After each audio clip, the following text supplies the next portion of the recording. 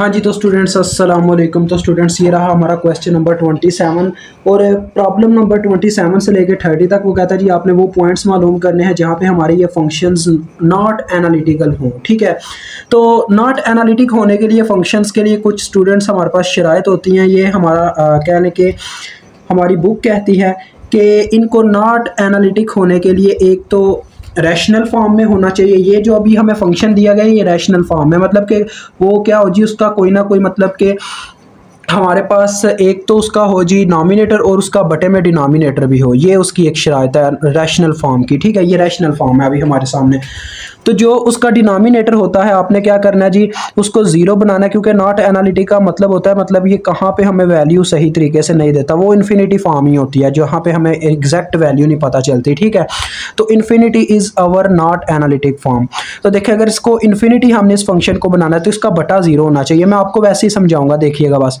तो इसको ज़ीरो होना चाहिए, लिहाजा हमने बस वो वैल्यू मालूम कर लेनी है कि इसका बटे में जी की जगह क्या ऐसी चीज़ पुट करूँ कि ये मुझे ज़ीरो आंसर दे दे। तो इसको डायरेक्ट ज़ीरो के इक्वली रख के चेक कर लेते हैं। हमने जी की वैल्यू को मालूम करना है कि यानी मैं इस फंक्शन में कौन सी ऐसी वैल्यू पुट करूँगा जिससे बटे में ज़ीरो बन जाए। तो मैं उसे बता दूंगा ये एक ऐसा पॉइंट है जहाँ पे हमारा ये फंक्शन नॉट एनालिटिक होगा। ठीक है, तो 3 जी इस साइड भी रह गया और दूसरे दो उठ के दूसरी जानिब चले गए, -1 प्लस आयोटा। ठीक है जी, उसके बाद मैं 3 से पूरी इक्वेशन को डिवाइड करवा दूंगा, 3 इस जानिब आके दोनों से डिवाइड हो गया अलग-अलग। तो ये स्टूडेंट हमारा वो पॉइंट है जहाँ पे ये फंक्शन नॉट एनालिटिक होगा। आप यहाँ पे पुट करके देख सकते हो, अगर आप ये दोनों वैल्यूज ऊपर पुट करोगे तो बटे में ज़ीरो आ जाएगा। तो आप कहोगे दिस मतलब कि आप कह सकते हो कि this value of g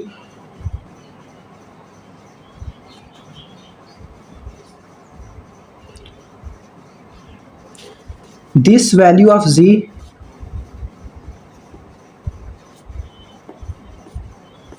shows that, ठीक है जी, ये मैं खुद से फिक्रा बता रहा हूँ, चलेगा भी ये, shows that our function our f of g, आप डायरेक्ट लिख सकते हो our f of g is not analytic at के आगे आप इसकी वैल्यू लिख दो इस तरह से कुछ, z इज इक्वल टू -1/3 प्लस आयोटा ओवर 3। बस इतना सा आपका ये क्वेश्चन है।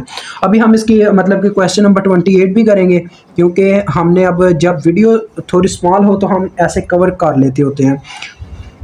तो स्टूडेंट्स वो बच्चे जो कहते हैं सर आप ज़्यादा टाइम लगाते हैं क्वेश्चंस पे, तो बच्चों कुछ बच्चे होते हैं कि जिनको नहीं सही तरीके से समझ आ रही होती तो उनके लिए गहराई में जाना पड़ता है। अदरवाइज़ जिनको ज़्यादा समझ आती है वो वीडियो को 2x की स्पीड पे रख के चला सकते हैं, ये उनकी अपनी मर्जी है। देखिए ये क्वेश्चन आ गया जी। अब मैंने आपको बोला था कि रैशनल फॉर्म में होना बहुत ज़रूरी है, रैशनल फॉर्म में। अब यहाँ पे कौन सा फंक्शन आप मतलब इस फंक्शन की कौन सी फॉर्म है जो रैशनल फॉर्म है, जिसका मतलब नॉमिनेटर भी है डिनोमिनेटर भी है, वो ये वाली फॉर्म है।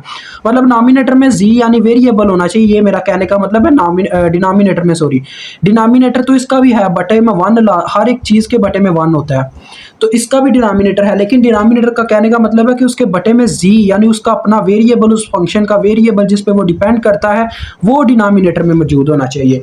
तो लिहाजा इसी जी स्क्वायर को आपने क्या करना है, ज़ीरो के इक्वल रखना है। तो आपको पता चल जाएगा किस वैल्यू पे हमारा फंक्शन क्या होगा जी, नॉट एनालिटिक होगा। तो ज़ीरो वैल्यू पे हमारा फंक्शन नॉट एनालिटिक होगा। तो यही लाइन आपने दोबारा से लिख देनी है student, this value of g shows that f of z is not analytic at z is equal to 0। ठीक है, उसके बाद क्वेश्चन नंबर 29 भी करते हैं। तो मेरे ख्याल में तो इसी में हमारे चारों के चारों क्वेश्चन कवर होने वाले हैं, क्योंकि ये बहुत इजी क्वेश्चन था। तो देखिए इसमें लिखा गया स्टूडेंट, देखो z की पावर 4 -2 आयोटा स्टूडेंट्स, जिसका मतलब कि हमारे पास क्या लें वो क्या नाम है, डिनोमिनेटर 1 होता है ना, यानी जिसका डिनोमिनेटर कहने होता ही नहीं है, 1 का मतलब यही होता है ना होना, वो पोलिनोमियल फॉर्म होती है। तो पोलिनोमियल में कोई भी ऐसा पॉइंट यानी कोई भी ऐसी एक वैल्यू नहीं मिलती जहां पे हमें इन्फिनिटी बना सकें। ठीक है, देखो अब ये एक पोलिनोमियल फॉर्म है, इसका बटा नहीं है, तो मैं कोई ऐसी वैल्यू यहाँ पे पुट नहीं कर सकता जिससे मतलब कि क्या हो जी ये मुझे इन्फिनिटी दे दे, क्योंकि ऊपर जब भी मैं कोई वैल्यू पुट करूँगा मुझे आंसर ज़ीरो ज़्यादा से ज़्यादा मिल सकता है, या उसके आगे या उसके पीछे, यानी कि -इन्फिनिटी से +इन्फिनिटी तक आंसर मिल सकता है। जब तक मैं मतलब कि इन्फिनिटी मुझे उस वक्त ही मिल सकती है स्टूडेंट अनडिफाइंड, जब मैं जी को डायरेक्ट इन्फिनिटी पुट करूं, लेकिन ऐसा होगा नहीं, मैंने कोई नंबर पुट करना है। तो लिहाजा यहाँ पे हम लिखेंगे the given function is polynomial, the given function is in polynomial form, यानी कि हमारा जो फंक्शन है वो पोलिनोमियल फॉर्म में है।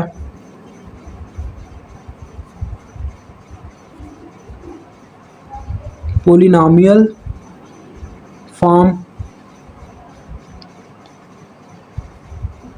so we have no point at which our function is not analytic, यानी कि हम उसको कह रहे हैं लिहाजा हमारे पास कोई ऐसा पॉइंट नहीं है जहां पे ये फंक्शन नॉट एनालिटिक हो। so we have no value या पॉइंट आप कह सकते हो, पॉइंट ही ठीक है, no point where our function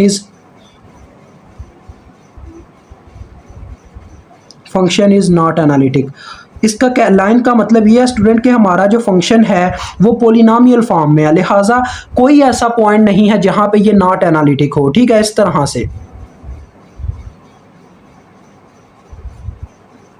ठीक है जी, अब हम पढ़ते हैं स्टूडेंट अपने क्वेश्चन नंबर 30 पे, last and final question of this questions. तो स्टूडेंट्स ये रैशनल फॉर्म में है। ठीक है, आप एक दफ़ा इस क्वेश्चन को वेरीफाइड भी कीजिएगा, क्योंकि मेरे एक यूट्यूबर है, उन्होंने इसको दूसरे तरीके से किया जबकि मुझे उनका वो तरीका अच्छा नहीं लगा। मतलब कि मैंने किसी और जगह से भी इसको ट्राई किया तो उन्होंने तो बोला आप डायरेक्ट इस तरह से कर सकते हैं। तो एक दफ़ा आप भी वेरीफाई कर लीजिएगा। तो देखिए ये क्यूब है ना होल का। अब स्टूडेंट ये रैशनल फॉर्म में है तो क्यों हम इसको, यार मैं आपको बताता हूँ उस यूट्यूबर की क्या गलती लग रही थी मुझे। अब आपने वेरीफाइड करना है कि वो ठीक है या मैं ठीक हूँ। ठीक है, आपने खुद वेरीफाई करना है। ये जो हमें मतलब कि नज़र आ रहा है क्वेश्चन, ये खुद बता रहा है कि मैं एक फंक्शन हूँ जो वो रैशनल फॉर्म में हूँ। तो लिहाजा हम इसका मतलब कि अगर बटे को डायरेक्ट अगर इक्वल रखते हैं ज़ीरो के तो हमें ये तो दे देगा यार, क्या नाम है, ज़ीरो पे कोई ना कोई वैल्यू दे देगा अपनी। लेकिन वो यूट्यूबर क्या करता है, वो यूट्यूबर ये करता है यार, वो कहता है कि आप 2 माइनस आयोटा को छोड़ दो यार, गायब कर दो, डायरेक्ट क्या करो जी स्क्वायर प्लस 9 आयोटा को ही ज़ीरो के इक्वल रख के शुरू कर दो बोलना। तो यार इस चीज़ के मुझे तो ये चीज़ पसंद नहीं आई, क्योंकि ऐसे रैशनल पोलिनोमियल फॉर्म और ये जो रैशनल फॉर्म है ये डिस्टर्बेंस क्रिएट करती हैं। इस तरह से हो ही नहीं सकता यार, ये 2 माइनस आयोटा गायब हो जाए यहाँ से। इतना मैं कह सकता हूँ कि वो कोशिश कर रहा है कि क्या हो जी ये ज़ीरो के किसी तरीके इक्वल आ जाए, लेकिन ऐसा नहीं हो सकता यार, क्योंकि यहाँ पे जब भी कोई वैल्यू इस तरीके से हम पुट करेंगे ना तो क्या होगा जी, वो इनसे मल्टीप्लाई होके हमें आंसर में ज़ीरो नहीं देगी। तो मेन यही तरीका कार है कि आप पूरे डिनोमिनेटर को उठा के क्या करो, ज़ीरो को इक्वल रख दो। और एक और बात जो बच्चे नहीं समझ पाए वो ये है कि इसका होल का क्यूब है, यानी कि ये ऊपर वाली टर्म का क्यूब भी है, नीचे वाली टर्म का भी क्यूब है। जब तक ये ओपन नहीं होता हम नीचे वाली रकम को वैसे भी रख सकते हैं, क्योंकि इन्फिनिटी का क्यूब भी हो तो कोई मसला नहीं होता, बस हमने नीचे वाला नंबर लेना बगैर पावर के, लो कोई मसला नहीं है। Is equal to zero, check करो कहाँ पे ज़ीरो वैल्यू देगा हमारा जी, तो वेरिएबल मौजूद है ना बटे में, ठीक हो गया। तो जी स्क्वायर साथ में 2 minus iota as it as, और ये 9 आयोटा उधर जाके क्या हो गया -9 आयोटा। अब देखो जी स्क्वायर स्टूडेंट्स यहीं पे रह गया और हमारे पास आ गया -9 आयोटा ओवर 2 माइनस आयोटा। अब सबसे पहले ना मैंने पहले जो ट्राई किया था तरीका वो ये था कि मैंने क्या किया जिसको थोड़ा रैशनलाइज करके इसका ना ये जो बटा है ना इसमें से आयोटा को मैंने ख़त्म किया, मैंने पहले इस तरीके को फॉलो किया। तो मेरे ख्याल में तो वो तरीका थोड़ा बेटर है, क्योंकि बाद में भी आयोटा हमें बटे में तंग करेगा तो हमें उसको फिर भी करना ही पड़ेगा। तो लिहाजा आप क्या करें, जिसको पहले ही इसके कॉन्जुगेट से मल्टीप्लाई और डिवाइड करवा दें।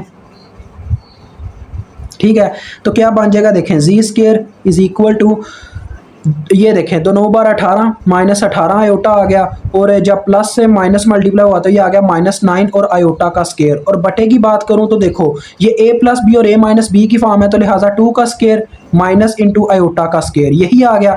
तो 2 का स्क्वायर 4 होता है स्टूडेंट्स, और माइनस आयोटा स्क्वायर आएगा, यानी इस तरह से 4 माइनस आयोटा स्क्वायर आ जाएगा। ये -1 की इक्वल होता है, तो 4 इंटू -1 जो कि +1 हो जाएगा। तो लिहाजा 4 जमा 1 5 होता है, इसका आंसर 5 आएगा। तो हमारे पास कुछ यूँ फॉर्म आ जाएगी, g square is equal to -18 iota और -9, इसके साथ देखें आयोटा स्क्वायर है, ये भी -1 पुट होगा तो +9 रह जाएगा, और बटे में क्या बन रहा है 5। तो दोनों का मैं अलग अलग करता हूँ, बटा तो 9 बटा 5 और -18 बटा 5 आयोटा। अब स्टूडेंट्स देखो, मुझे जी की वैल्यू चाहिए नॉट एनालिटिक के लिए, तो मैं यहाँ पे दोनों तरफ क्या ले लूँगा, अंडर रूट। तो ये हमारे पास जो 9 है इसका क्या होता है, अंडर रूट 3 होता है, तो लिहाजा ये आ जाएगा 3/5। अब दोनों का वैसे अलग अलग है तो ले नहीं सकते, पूरी टर्म का ही आना है, तो कुछ इसको यूं हम कर सकते हैं। देखें मैं करके दिखाता हूँ आपको। हम इकट्ठा रखते हैं पहले, ठीक है, और इन दोनों में से क्या कॉमन ले लेते हैं, अपना 9 कॉमन ले लेते हैं। अंदर क्या रह जाएगा, देखो यहाँ पे रह जाएगा 1 और उस जगह पे रह जाएगा 2 आयोटा, ठीक है, इस तरह से आ जाएगा। तो जब हम अंडर रूट अप्लाई करेंगे तो इससे क्या होगा, 9 का अंडर रूट आ जाएगा जी 3 बाहर आ गया, और ये आ जाएगा 1/5 अंदर। ये देखें ये 3 बाहर आ गया और अंदर हमारे पास क्या रह गया, इस तरह से कंडीशन रह गया। अब इन दोनों का मैं बटा अलग कर सकता हूँ। 1 - 2 आयोटा/5 है, तो 1/5 और -2 आयोटा/5। अब इन दोनों को मैं अलग करके 3 से मल्टीप्लाई करवा सकता हूँ। देखिए किस तरह से मेरे पास जी की जो वैल्यू आएगी वो यहाँ पे मैं लिखने लगा हूँ, ज़रा गौर कीजिएगा। मैं दोनों का अंडर रूट अलग अगर करता हूँ तो 1 का अंडर रूट स्टूडेंट्स क्या होता है, 1 नहीं होता है, लिहाजा आप इसको इस तरह से लिख सकते हो 3/√5, ठीक है। उसके बाद इसकी बात करूं तो ये जो माइनस है ये यहाँ पे सेंटर में आ गया, ठीक है। 3 जब इससे मल्टीप्लाई हुआ अपने 2 के साथ तो ये बन जाएगा 2 के साथ तो नहीं मल्टीप्लाई हुआ, अंडर रूट 2 के साथ 3/√2 आयोटा/5। ये कुछ यूँ फॉर्म अपनी इख्तियार कर लेंगे। तो ये वो पॉइंट है स्टूडेंट्स, ये जो वैल्यू है, आप इतना ज़्यादा सिंप्लीफाई ना भी करें, इतना ही कर दें जितना मैंने यहाँ पे इतना सा किया है, तो आपका काम चल जाएगा। तो ये जो पॉइंट है, इस पॉइंट पे हम कहेंगे कि हमारा फंक्शन नॉट एनालिटिक होगा, जो आपने फर्स्ट लाइन देखी थी। तो मेरे पास तो यही आंसर आ रहा है, यूट्यूबर का पता नहीं क्या आंसर आ रहा था। चलें, मैं भी एक यूट्यूबर ही हूँ, एक यूट्यूबर के खिलाफ ज़्यादा नहीं बोलते, अपना भाई है वो भी, लेकिन मैं काफ़ी डिसएग्री था। लेकिन आप चेक कीजिएगा एक दफ़ा, हो सकता है मैं गलत हूँ, क्योंकि इंसान गलत हो सकता है, मैं भी एक इंसान ही हूँ। चलें, इजाज़त चाहता हूँ, अल्लाह हाफिज़, अस्सलाम वालेकुम।